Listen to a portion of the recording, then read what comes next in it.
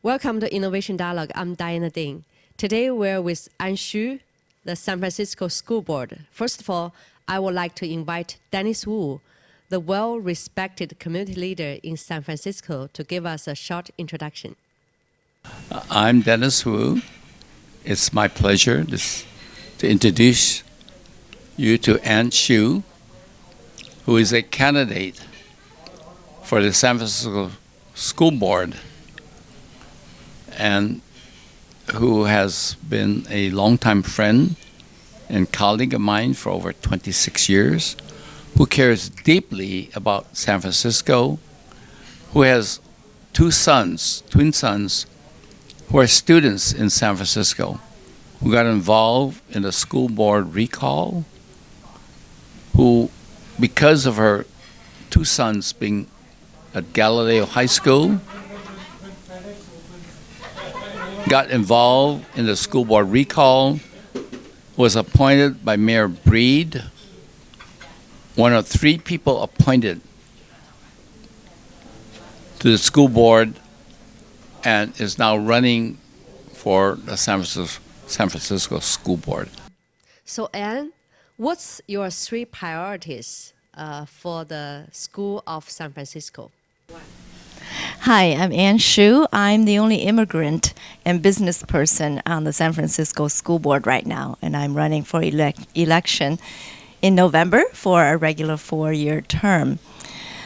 I want to focus on three things on the school board. One is student achievement and academic excellence. Second is safe schools, both physically and emotionally for our students. And thirdly is fiscal discipline and operational excellence for our school district. And only when we achieve those can we focus on student outcomes and generate better student outcomes. So that's what I'm on the school board to do, and I hope to have your support. And I heard some controversy. Can you explain the situation and why it's unfair for you?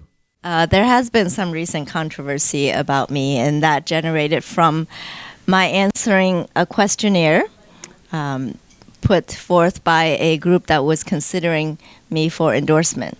And in the questionnaire, I was trying to describe what I thought and observed was a problem in our school district with marginalized students.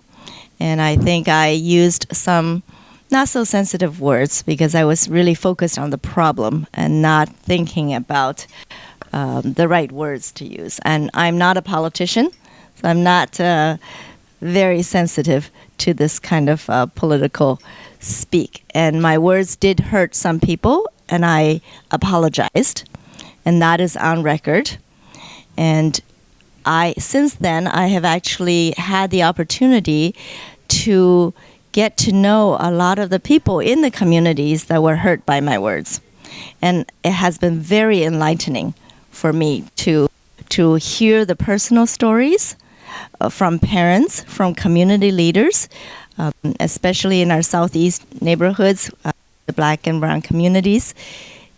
I've learned a lot. And I would say that that informs me as a school board member doing the job going forward. So it has been an eye-opening experience.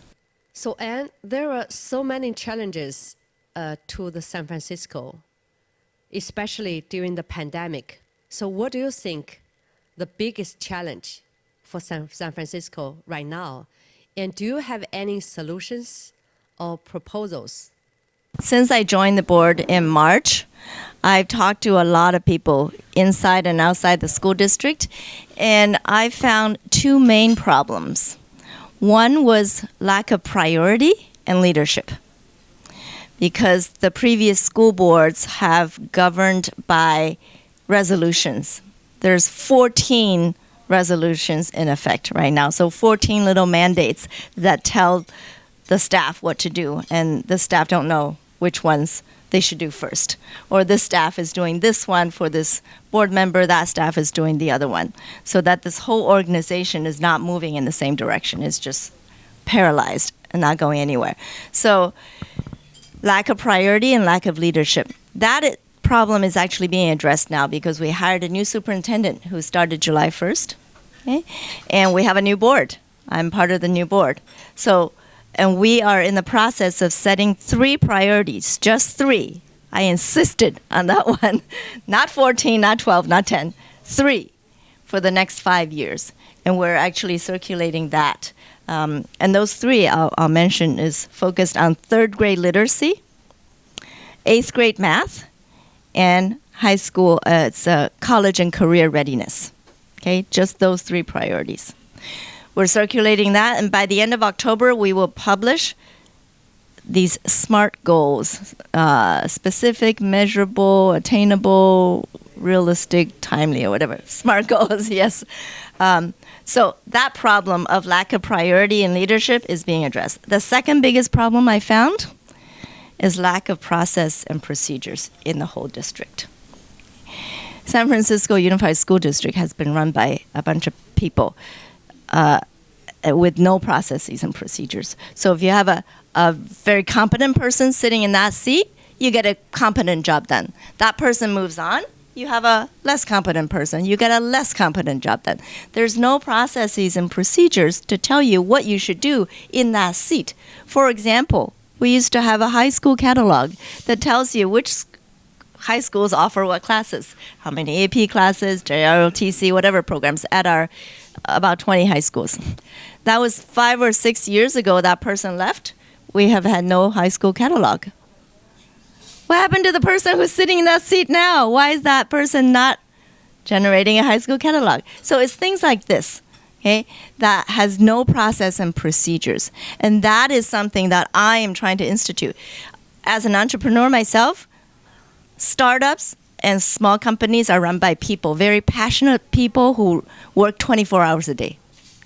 But as you get it to a bigger company, medium, large-sized companies, you don't have people working 24 hours a day. You have people working 8 hours, maybe 10 hours. Okay? You need processes and procedures to guide these people to carry on the good works started by the founding team. SFUSD has no process and procedures. It is terribly run. And that's what I'm here to institute, is to demand accountability, we said earlier, right? Institute processes and procedures and demand accountability for the people sitting in that seat. You're sitting there, you better generate a high school catalog.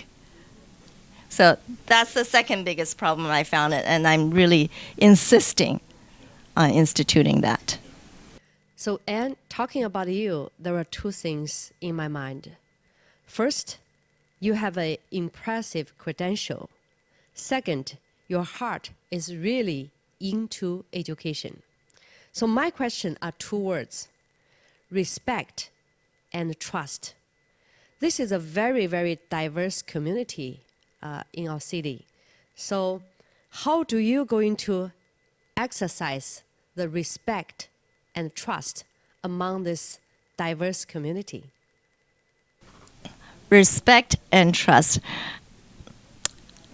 If you haven't known me for a long time, I don't expect anybody to respect and trust me. And I think it is built over time and is not built through words. It is built through action. So one of my mottos is talk less and do more. Especially since I'm not a politician and don't use all the right words all the same time. So I should really talk less and do more and show through my actions over time that I deserve your respect and trust. I'm not going to try and convince you. Just watch what I do.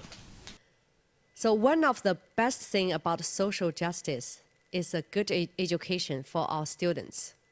My question is, how has politics benefit the public education, and how has the politics hurt our public education? I have not been involved in politics at all until a year ago. And from what I've seen, politics has only hurt our school district. So I really want to get politics out of San Francisco's school district. That I want us to focus on educating kids, specifically K through 3 education, kindergarten through 3, where we teach kids how to read. Because right now, the literacy rate for 3rd grade is only 52%. That is terrible, terrible. 52%. Half of our kids are not reading at grade level by third grade. And that means they're only going to fall behind fourth, fifth, middle school, high school. And these kids are going to graduate with perhaps a fifth grade reading level. And what can they do afterwards? So that has to change. We have to focus on that. And secondly, I want to focus on high school, college and career readiness, which means I have twin sons who are 11th grade. They're polar opposites, even though they're twins. They're fraternal twins. One is very academically inclined. The other one is much more, let's say, interested in other activities and sports and everything.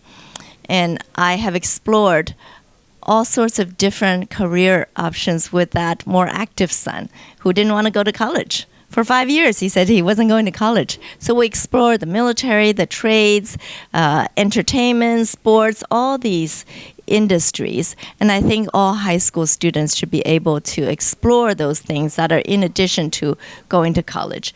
I don't think every high school graduate needs to or should go to college. They should pursue their own interests. So I want to expand our college, it's called Career Technical Education, CTE program, where we have tracks that teach culinary arts, healthcare academy, computer science, environmental science, wood shop, auto body mechanic, all these kind of career tracks that once you graduate from high school, you do not have to go to college. And you can find a job in an industry and have a good paying job for a career. So that's what I want to expand, focus on in education. No politics. Please, let's just educate our kids.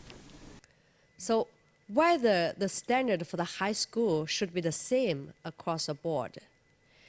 Many of our students and parents are qualified for the public school that want to go to the high schools like Lincoln and Lowell.